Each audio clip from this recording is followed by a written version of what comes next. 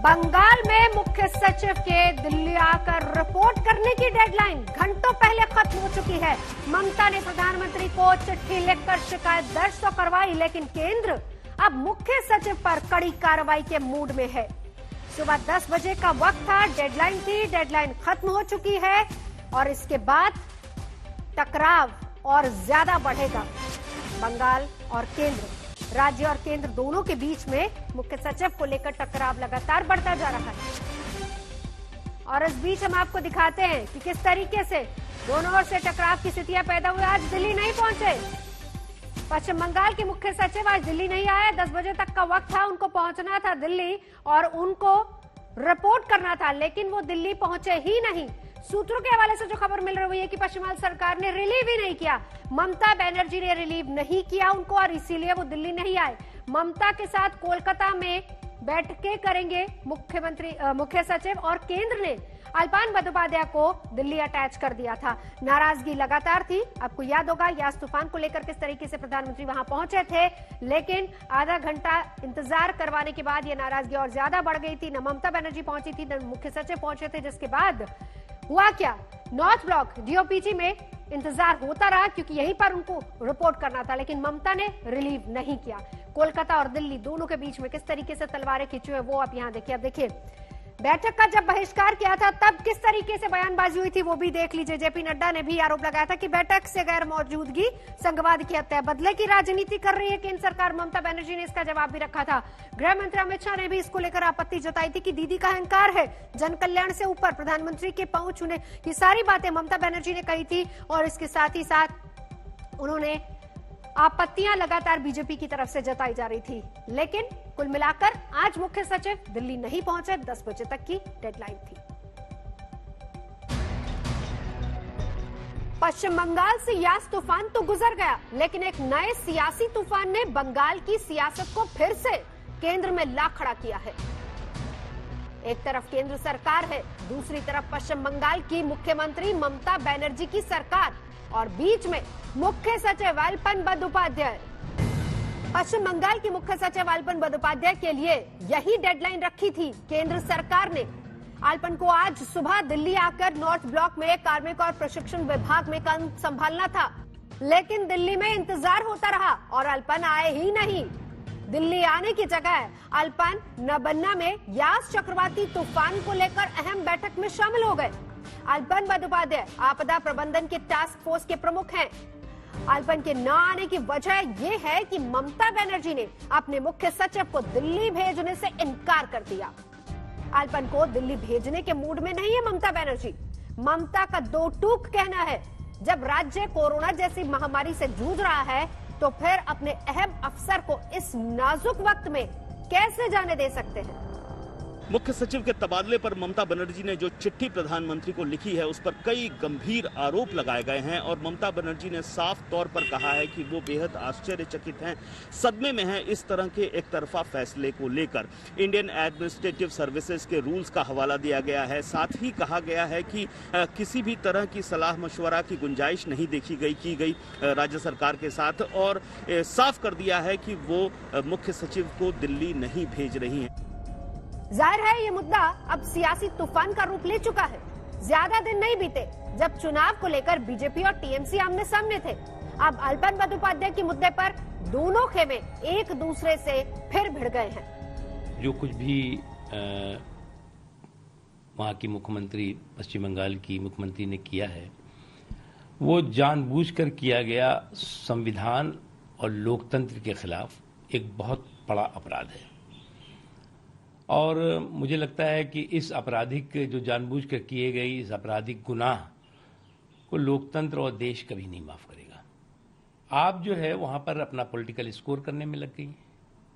एक बहुत ही शर्मनाक काम और एक बहुत ही बेहुदा काम मुख्यमंत्री जो पश्चिम बंगाल की है उन्होंने किया है। बंगाल की जो भारतीय जनता पार्टी है वो लोग करने नहीं दिए, इसमें वो लोग सफल होने देंगे। इसका एक ही कारण है कि केंद्र और राज्य, केंद्र जब हम लोग जनप्रतिनिधि है तो हम लोग कोई भी देखते नहीं कि कौन रंग से हैं, हम लोग एकजुट होकर काम करना चाहते हैं। और ये वार्ता जो है हमारे मुख्यमंत्री भी यही बोलते हैं कि हम लोग एक होकर काम करना चाहते हैं। लेकिन बंगाल की भारतीय जनता पार्टी हमेशा कोविड में भी राजनीति करते हैं, यश दुर्योग में भी राजनीति करते हैं। ये जनता के हित में नहीं है और ये देश पूरा देख रहा है। 2021 में इसका जवाब बंगाल की जनता ने दे चुका है। इस विवाद की शुरुआत 10 मई को हुई थी, जब ममता बनर्जी ने प्रधानमंत्री नरेंद्र मोदी को चिट्ठी भेजकर मुख्य सचिव अल्पन बंदोपाध्याय के कार्यकाल को 3 महीने का एक्सटेंशन देने की मांग की थी। 31 मई यानी आज अल्पन बंदोपाध्याय का कार्यकाल खत्म हो रहा था। ममता की मांग के मुताबिक 24 मई को अल्पन को सेवा के विस्तार की मंजूरी दी गई। अल्पन को 31 अगस्त तक एक्सटेंशन मिल गया, लेकिन इसके 4 दिन बाद ही यानी 28 मई को मामले में नया ट्विस्ट आया। अल्पन बंदोपाध्याय को केंद्र सरकार के department of personal and training से अटैच करने का आदेश जारी कर दिया गया। उनकी ज्वाइनिंग का वक्त तय हुआ 31 मई यानी आज सुबह 10 बजे। ममता बनर्जी ने यह साफ कर दिया है कि उनके चीफ सेक्रेटरी अल्पन बंदोपाध्याय दिल्ली नहीं आएंगे और ममता बनर्जी के जवाब के बाद अब केंद्र सरकार ने उनके चीफ सेक्रेटरी को दिल्ली में बुलाने के लिए अपनी रणनीति बनाना शुरू कर दिया है। इतना तो तय है, जिस तरीके से ममता बनर्जी ने अपने तेवर दिखाए हैं उससे केंद्र सरकार और पश्चिम बंगाल सरकार के बीच में लड़ाई लंबी चलती दिख रही है। अल्पन बंदोपाध्याय ममता बनर्जी के बेहद करीबी नौकरशाहों में से एक माने जाते हैं। उन्हें टेक्स्ट बुक मेन कहा जाता है, यानी वो नियमों के पाबंद नौकरशाह माने जाते हैं। वो विवाद से दूर रहने वाले अफसरों में गिने जाते हैं। उनके करियर पर अब तक कोई धब्बा नहीं लगा, लेकिन 2 सरकारों के टकराव में अब उनके ऊपर अनुशासनात्मक कार्रवाई की तलवारें लटक गई हैं। अगर उनके ऊपर अनुशासनात्मक कार्रवाई हुई, करियर के आखिरी मोड़ पर एक बड़ा धब्बा लग जाएगा।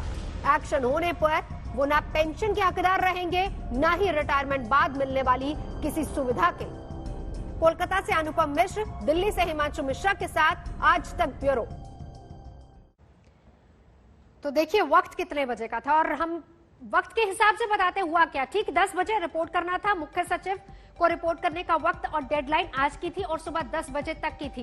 प्रधानमंत्री को इसके बाद ममता बनर्जी ने चिट्ठी लिखी। पहली बात, मुख्य सचिव नहीं पहुंचे, जिसके बाद ममता बनर्जी ने प्रधानमंत्री को चिट्ठी लिखी। मुख्य सचिव की ममता के साथ बैठक हुई थी 11 बजे। वो नहीं आए दिल्ली, लेकिन ये बैठक हो रही थी कोलकाता में और 11 बजे बैठक हो रही थी। दिल्ली नहीं आने का फैसला ममता बनर्जी की तरफ से हुआ और ये 30 मई को ही डिसाइड हो गया था कि वो दिल्ली नहीं आएंगे। और ममता बनर्जी ने बाकायदा इस पर चिट्ठी लिखी। वो इसलिए ममता बनर्जी ने कहा कि अगर हम एक्सटेंशन के लिए कहते हैं, आप 3 महीने का एक्सटेंशन उनको दे देते हैं और वो कोरोना जैसी और यास जैसी आपदाओं के साथ जुड़े हुए हैं, भरोसेमंद हैं, तो फिर ऐसे में अचानक ऐसा क्या हो गया कि आपने डेपुटेशन पर उनको दिल्ली बुला लिया। तो ये सारी नाराजगियां लगातार हो रही थी और इन नाराजगियों के बीच किस तरीके से सिलसिला आगे बढ़ा वो हम आपको दिखा रहे थे।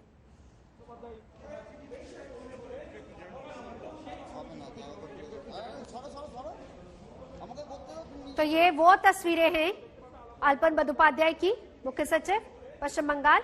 आज पहुंचना था, 60 घंटे की तबादला कथा, किस तरीके से क्या कुछ हुआ।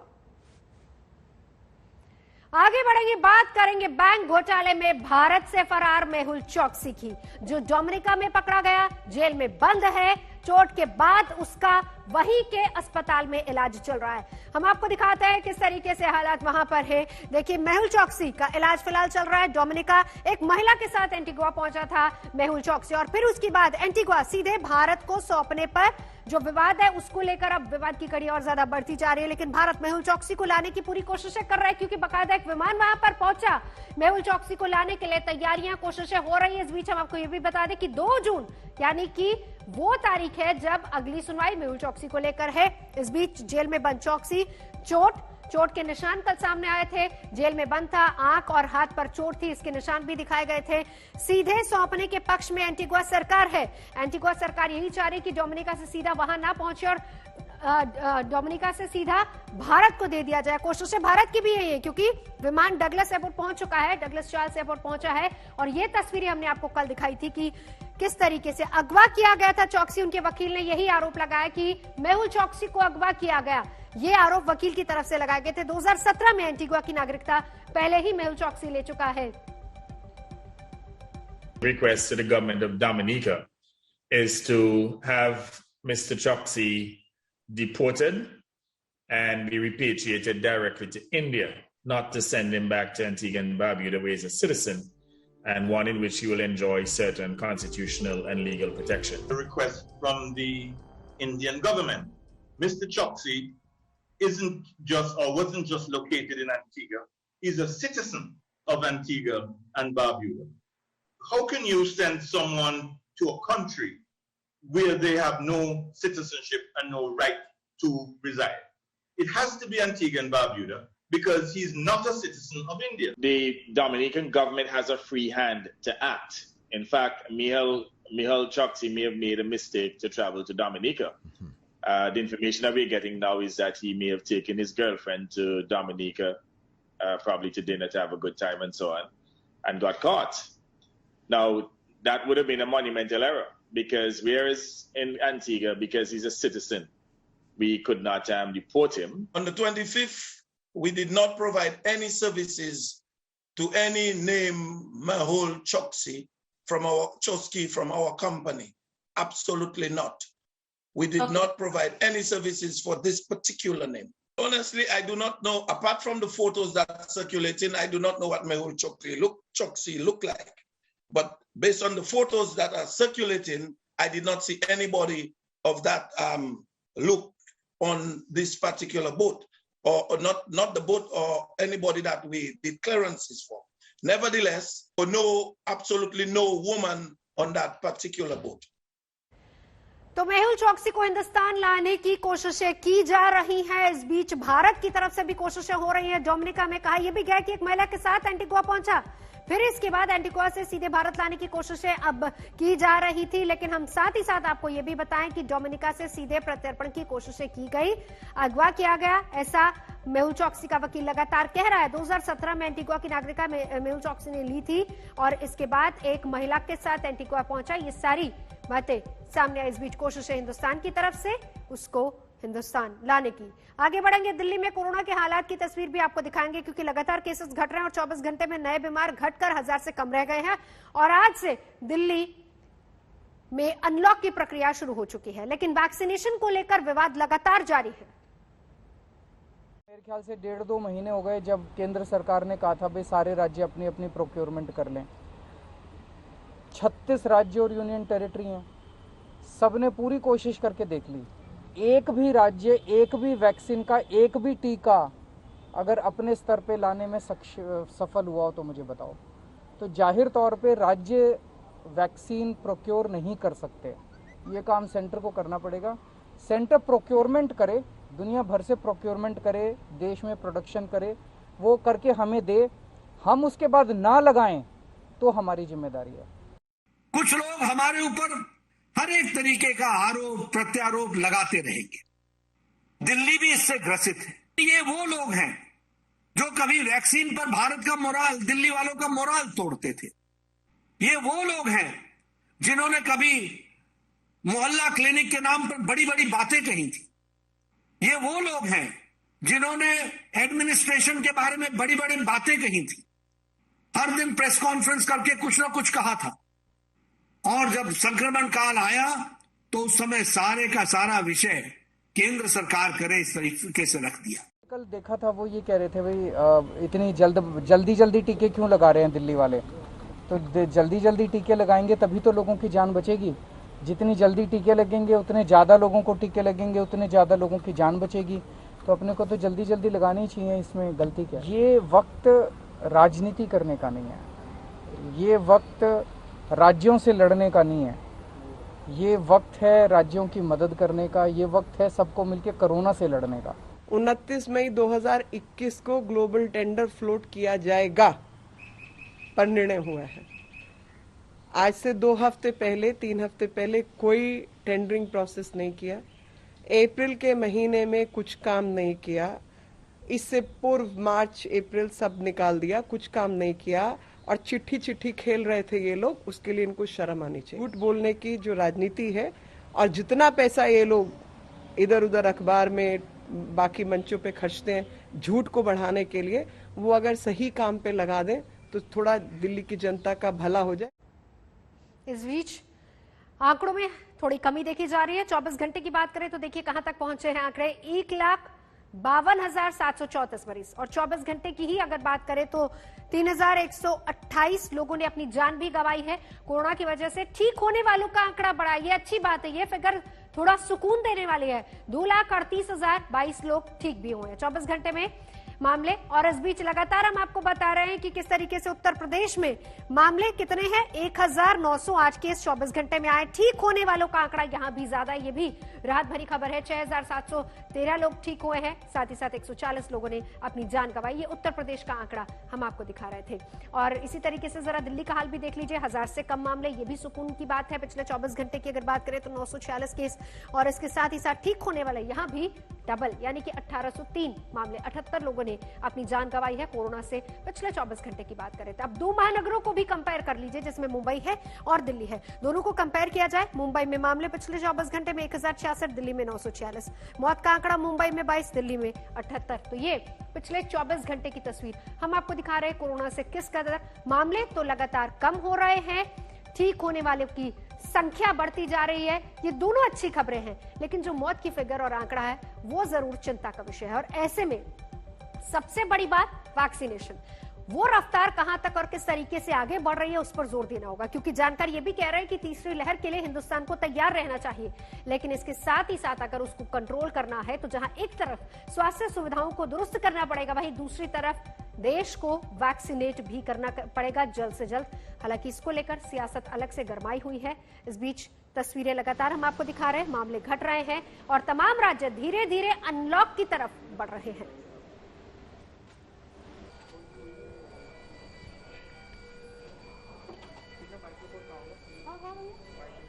तो कोरोना काल में लगता है कि महंगाई को भी वायरस ने जकड़ लिया है। मुंबई, भोपाल, गंगानगर में पेट्रोल सैकड़ा लगा चुका है, फिर भी नॉट आउट है और कई शहरों में सेंचुरी बनाने को तैयार है। हमारी महंगाई और मोदी सरकार तीनों ही देशवासियों के दुश्मन बने बैठे। कई प्रांतों में पेट्रोल 100 रुपया और सरसों का तेल 200 रुपया पार कर चुका है।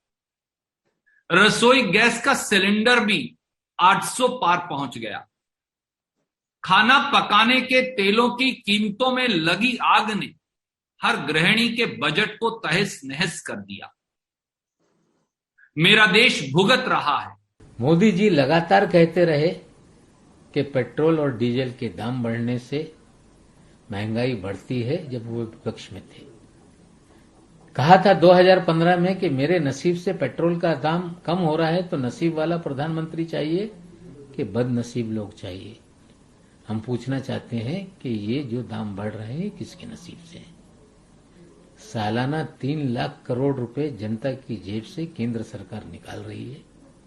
सीधे सीधे 3 लाख करोड़ की लूट सरकार बंद करे। और किस तरीके से हालात हैं देश के अलग अलग राज्यों में, शहरों में, आइए देखते हैं। मध्य प्रदेश की राजधानी भोपाल में पेट्रोल के दाम बढ़ने का सिलसिला लगातार जारी है। आज लगातार तीसरे दिन पेट्रोल के दाम बढ़े हैं और भोपाल में अगर हम बात करें तो आज पेट्रोल 102 रुपए 45 पैसे प्रति लीटर की दर से बिक रहा है। हम भोपाल के एक पेट्रोल पंप पे इस वक्त मौजूद है।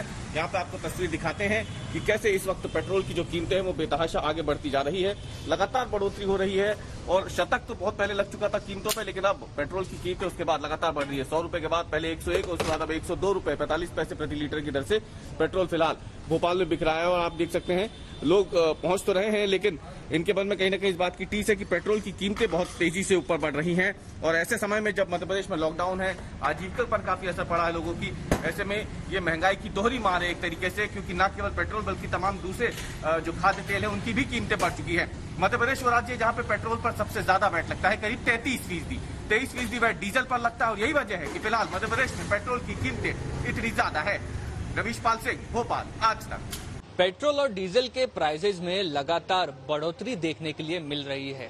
मंडे का आज दिन है और हम जिस पेट्रोल पंप पर खड़े हैं मुंबई में, वहां पर पेट्रोल का पर लीटर का भाव है 100.53 पैसे। 100 रुपए से पेट्रोल ऊपर गया और धीरे धीरे कर आप कह सकते हैं कि 100 से ऊपर जा रहा है। वहीं पर जो महंगा थोड़ा पेट्रोल आया करता था वो 3 रुपए या 4 रुपए ज्यादा महंगा है नॉर्मल पेट्रोल से। वहीं डीजल का भाव 92 रुपीज हो गया है, उससे ऊपर जा रहा है। तो 1 से 2 दिन में कई पैसों का, 10 पैसों का, 15 पैसों का, 25 पैसों का पर लीटर बढ़ोतरी देखने के लिए मिल रही है। तो लगातार इस तरह से रेट बढ़ने से जो सबसे ज्यादा नुकसान उठाने वाले लोग होते हैं वो मोटरिस्ट हैं, जिनके और जो गाड़ी चलाने वाले हैं वो लोग हैं, क्योंकि लॉकडाउन रिस्ट्रिक्शंस महाराष्ट्र में फिर से बढ़ा दिए गए हैं। पब्लिक ट्रांसपोर्ट में लिमिटेड या कई लोगों को अलाउड नहीं है। इसमें लोग अपने घर के एसेंशियल सर्विस लाने के लिए या काम के लिए एक से दूसरी जगह जाने के लिए व्हीकल्स का इस्तेमाल करते हैं और फ्यूल प्राइसेस बढ़ने से उन्हें सबसे ज्यादा इफेक्ट हो रहा है। कैमरा पर्सन मंगेश आंबरे के साथ मुस्तफा शेख, मुंबई, आज तक। दिल्ली में कोरोना के मामले तेजी से घट रहे हैं। नए केस का आंकड़ा 1000 से कम चला गया और आज से दिल्ली में थोड़ी राहत भी मिल गई है, लेकिन दिल्ली वाले माने नहीं। देखिए कैसे शहर भीड़ वाला हो गया। दिल्ली में अनलॉक की शुरुआत हुई है और पहले ही दिन आईटीओ जो सबसे भीड़ भाड़ वाला चौराहा है, वहां आप ट्रैफिक की स्थिति देख सकते हैं कि किस तरीके से ट्रैफिक बदस्तूर जाम है। क्या आज अनलॉक हुआ इसलिए लगता है जाम है? ज्यादा ट्रैफिक मिल रहा है। तो ये स्थिति है, आपको जहां भी नजर आप ले जाएंगे हर जगह आपको इस तरीके से ही ट्रैफिक दिखेगा। क्या इस तरीके का ट्रैफिक पहले भी होता था या आज ही पहली दफा है? पहली दफा। तो अनलॉक के बाद इसका लगता है अनलॉक का असर है। हाँ, आज पहला दिन है।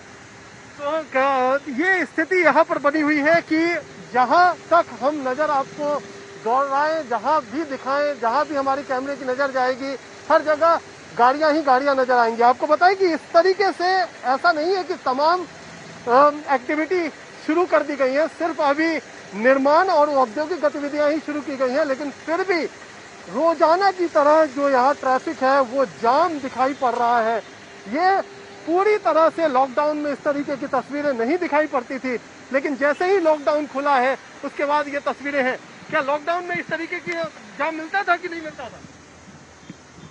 क्या नहीं मिलता था?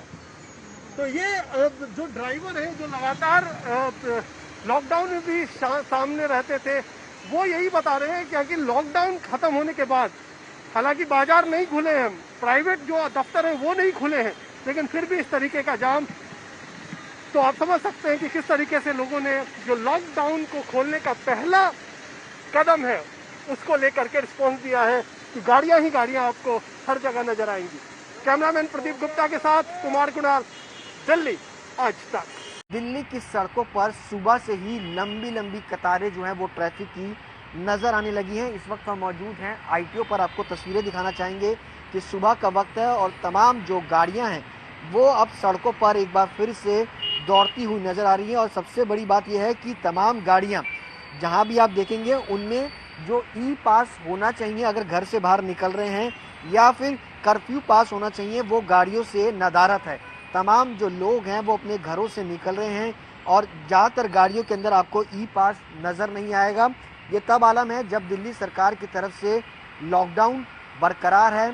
7 जून तक सुबह 5 बजे तक लोग घरों से बाहर नहीं निकल सकते। बावजूद इसके सिर्फ फैक्ट्रियों को छूट दी गई है, उसके बावजूद भी दिल्ली की सड़कों पर सुबह से ही इस कदर लंबी लंबी कतारें जो हैं वो जाम की नज़र आ रही है। जहां भी आप नज़र डालेंगे आईटीओ पर, आईटीओ के दोनों तरफ अगर आप नज़र डालेंगे तो वहां पर आपको इसी तरीके का आलम जो है वो फिलहाल नज़र आएगा। जाहिर सी बात है, बेशक अनलॉक की शुरुआत हुई हो, लेकिन सड़कों पर जिस तरीके से ट्रैफिक नज़र आ रहा है उससे आने वाले दिनों के अंदर कहीं और मुसीबत जो है वो बढ़ती हुई नज़र ना आए। कैमरा पर्सन नासिर खान के साथ सुशांत मेहरा, दिल्ली, आज तक। दिल्ली में अनलॉक के साथ ही कुछ सेक्टर्स में चहलकदमी भी देखने को मिल रही है, तो कुछ का इंतजार लंबा खिंच रहा है। हमारे संवाददाताओं की रिपोर्ट भी देखिए। उद्योग शुरू हो गए हैं और धंधे के साथ साथ जो यहाँ पटपरगंज इंडस्ट्रियल एरिया है वहाँ पर चहल पहल भी शुरू हो गई है। लोग जो काम करते हैं फैक्ट्रियों में वो लगातार आने शुरू हो गए हैं। आप लोग फैक्ट्री में काम करते हैं? आज से ही चालू हुआ। ये जो है ये कितनी बड़ी राहत है आप लोगों के लिए कि आज से फैक्ट्रियाँ चालू हैं? सर काफी राहत है। सैलरी वैलरी कटने की जो नौबत आने वाली थी वो नहीं आएगी अब। वो नहीं आएगी। आप लोगों के लिए भी राहत है? हाँ राहत है। बहुत सारे जो यहाँ पर लोग हैं जो इन फैक्ट्रियों में काम करते हैं, आप लोग भी फैक्ट्री में काम करते हैं? डिस्ट्रीब्यूटर में काम करते हैं। डिस्ट्रीब्यूटर में काम करते हैं, फैक्ट्री में काम करते तो सैलरी मिल रही थी? हाँ जी, सैलरी मिल रही थी। सैलरी मिल रही थी। तो अब आज से पूरी तरह से खुला है तो कोई दिक्कत, अब तो दिक्कतें खत्म होंगी? नहीं, कोई दिक्कत नहीं। तो यहाँ पर जो तमाम लोग हैं जो इस समय कई सारे अलग अलग फैक्ट्रियों में काम करती हैं, हाँ। तो अभी तक काम चल रहा था या बंद था? बंद था पूरी तरह से? हाँ, 2 महीने। तो सैलरी नहीं मिल रही थी? नहीं, सैलरी नहीं मिलती। तो ये स्थिति है जो फैक्ट्रियों में काम करने वाले तमाम लोग हैं। आप लोग क्या फैक्ट्री में काम करते हैं? जी सर। तो पूरी तरह से धंधा अभी चौपट था? जी बिल्कुल बंद था। आज से चालू? जी। तो कम से कम कुछ राहत है कि? हाँ, हम लोग का हिम्मत बनाया सर, जो अब धंधा पानी चालू होगा, कुछ कमाई होगा। कमाई होगी। तो ये एक स्थिति है कि फैक्ट्रियों में मजदूर लौटने लगे। आप लोग कहाँ चले गए? यहीं पे थे दिल्ली में या वापस? नहीं गया, तो बैठे थे घर में। घर में बैठे थे? हाँ जी। तो अब राहत है कि अब कम से कम पैसा आएगा? आज से आया हूँ, काम पर जा रहा हूँ। चलिए, तो ये है यहाँ की स्थिति। ये है पटपरगंज इंडस्ट्रियल एरिया, औद्योगिक क्षेत्र, दिल्ली सरकार का औद्योगिक क्षेत्र है। और यहाँ पर जिस तरीके की चहल पहल लगातार दिखाई दे रही है, वो ये बताने के लिए है कि कम से कम जो आर्थिक गतिविधियां हैं दिल्ली में, वो धीरे धीरे पटरी पे लौटेंगी। दिल्ली में 1 महीने से ऊपर लॉकडाउन के बाद आज से अनलॉक की प्रक्रिया शुरू हो गई है। कंस्ट्रक्शन एक्टिविटीज और फैक्ट्रियों को आज से खोला गया है। हालांकि कमर्शियल और मार्केट्स अभी भी बंद हैं। हम हैं इस वक्त मथुरा रोड पर, जो सुप्रीम कोर्ट के बाहर अंडरपास प्रोजेक्ट है, रोड प्रोजेक्ट है जो L&T कर रही है। यहाँ पर आप देख सकते हैं वर्कर्स वापस आ गए हैं, मशीनों का खड़कना दोबारा से शुरू हो गया है। लेकिन DDMA के ऑर्डर के हिसाब से जो कहा गया है कि मास्क, सैनिटाइजेशन और डिस्टेंसिंग प्रोटोकॉल मेंटेन करने की जरूरत है, क्या वो किया जा रहा है, वो सवाल रहेगा। खासतौर से तब जब सरकार ने ये कहा है कि कोरोना दोबारा ना फैले, इसीलिए धीरे धीरे अनलॉक किया जा रहा है। लेकिन यहाँ आप देख सकते हैं ज्यादातर कंस्ट्रक्शन वर्कर्स जो हैं उन्होंने मास्क नहीं पहने हैं। हालांकि सिक्योरिटी और सेफ्टी प्रोटोकॉल्स फॉलो हो रहे हैं या नहीं, ये देखना डिस्ट्रिक्ट मैजिस्ट्रेट के ऑफिस के ऊपर है। जिम्मा ये दिया गया है DDMA की तरफ से कि अगर कोई भी फैक्ट्रियों में या कंस्ट्रक्शन साइट पर डिस्टेंसिंग, मास्किंग और सैनिटाइजेशन के प्रोटोकॉल फॉलो नहीं हो रहे हैं तो उन पर जुर्माना भी लग सकता है। कैमरामैन अजय ठाकुर के साथ अनीशा माथुर, दिल्ली आज तक। कुछ और शहरों में लॉकडाउन को लेकर थोड़ी राहत दी जा रही है, लेकिन कुछ शहर ऐसे भी है जहां अभी भी सख्ती है, ताले लगे हुए हैं और ताले खुलने का इंतजार है। देखिए इन शहरों से आज तक संवाददाताओं की यह रिपोर्ट।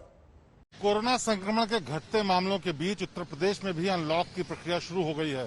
पहले बेहद बेतहाशा जो मामले बढ़ रहे थे, अब उनमें काफी कमी आई है।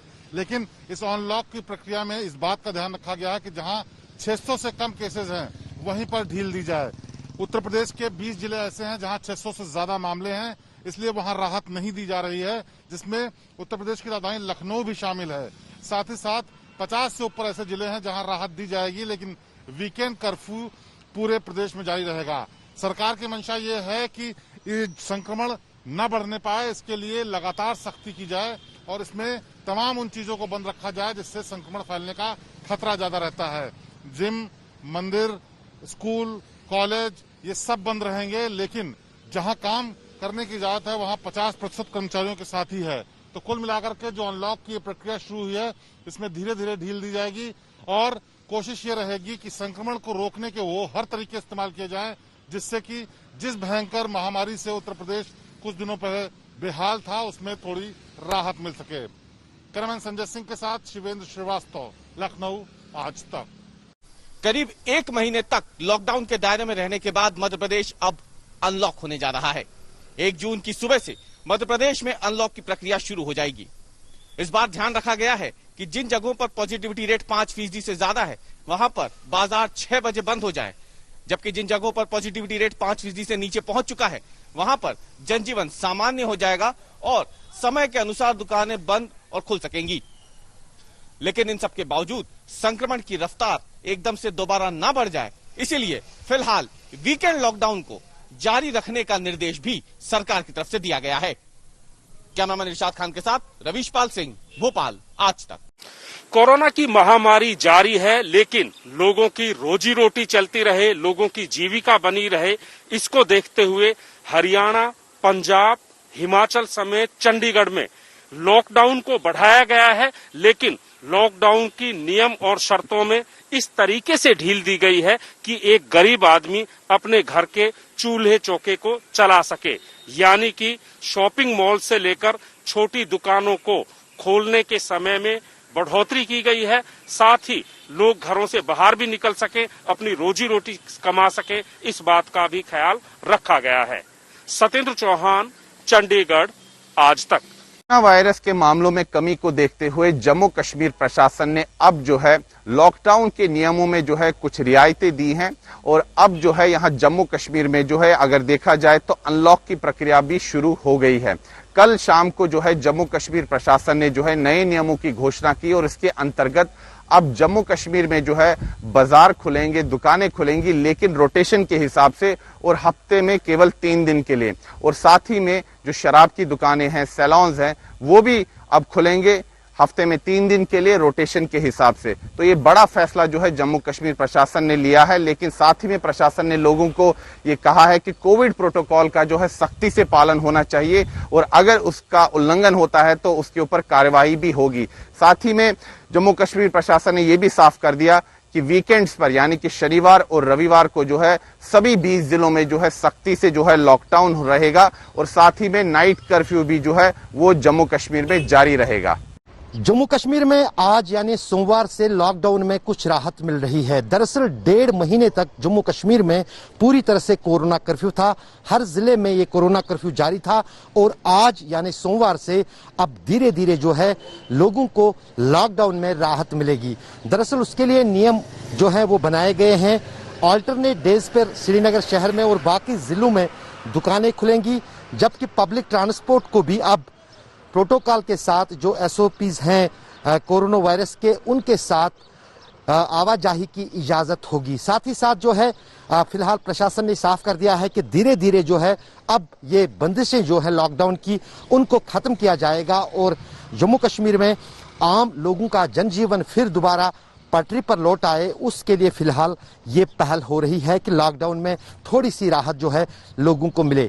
जहां तक शनिवार और रविवार की बात है, लगातार उन दोनों दिनों को कोरोना कर्फ्यू सभी जिलों में जारी रहेगा, लेकिन बाकी जितने भी दिन हैं वहां पर पब्लिक ट्रांसपोर्ट के साथ साथ ऑल्टरनेट बेसिस पर दुकानों को खोलने की इजाजत होगी। अगर स्कूलों और कॉलेजों की बात की जाए, फिलहाल 15 जून तक स्कूल और कॉलेज जो हैं सभी कॉलेज जम्मू कश्मीर के बंद रहेंगे, स्कूल भी बंद रहेंगे। उसके लिए पहले ही जो है घोषणा हुई है, लेकिन आज इस लॉकडाउन के में राहत मिलने के बाद कहीं ना कहीं लोगों को भी आप घरों से बाहर निकलने में कुछ सुविधा होगी और साथ ही साथ जो है काम काज जो है आम लोगों का वो भी किसी हद तक सुधर सकता है। हम देख सकते हैं ये लाल चौक का इलाका है, यहाँ पर पिछले कई दिनों के दौरान हर तरफ सन्नाटा होता था, लेकिन आज सुबह से ही अब धीरे धीरे जो है बंदिशें हटने के साथ लोगों की आवाजाही जो है वो भी शुरू हो गई है।